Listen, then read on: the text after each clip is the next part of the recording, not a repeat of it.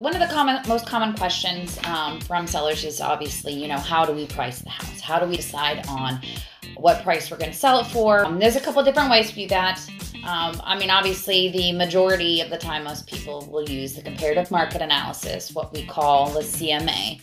And this is just basically where we can compare it to a lot of other houses that are already either have sold in the market or are under contract, or just on the market themselves, and just debating on, has it been a while in the market, or did it sell quick? And what we compare this usually is not necessarily just the size, number of bedrooms, bathrooms, and whatnot, but also the condition. So has it been recently updated?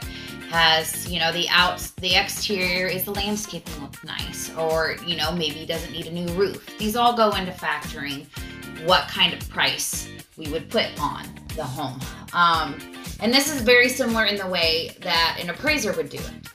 And that's why we put such faith in this and in the market analysis, because that's what the appraiser is going to use.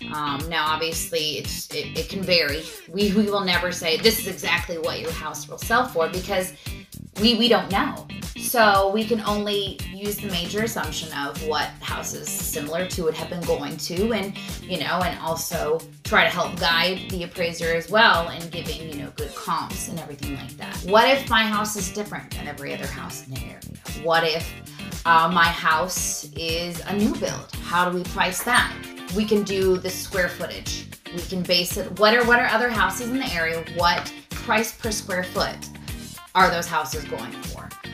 That is another good range as well. If your house is just maybe set up differently, has a lot of special features, very specific things, the cost analysis can be a really good one for that, for the square footage. And then this way you can do new construction as well.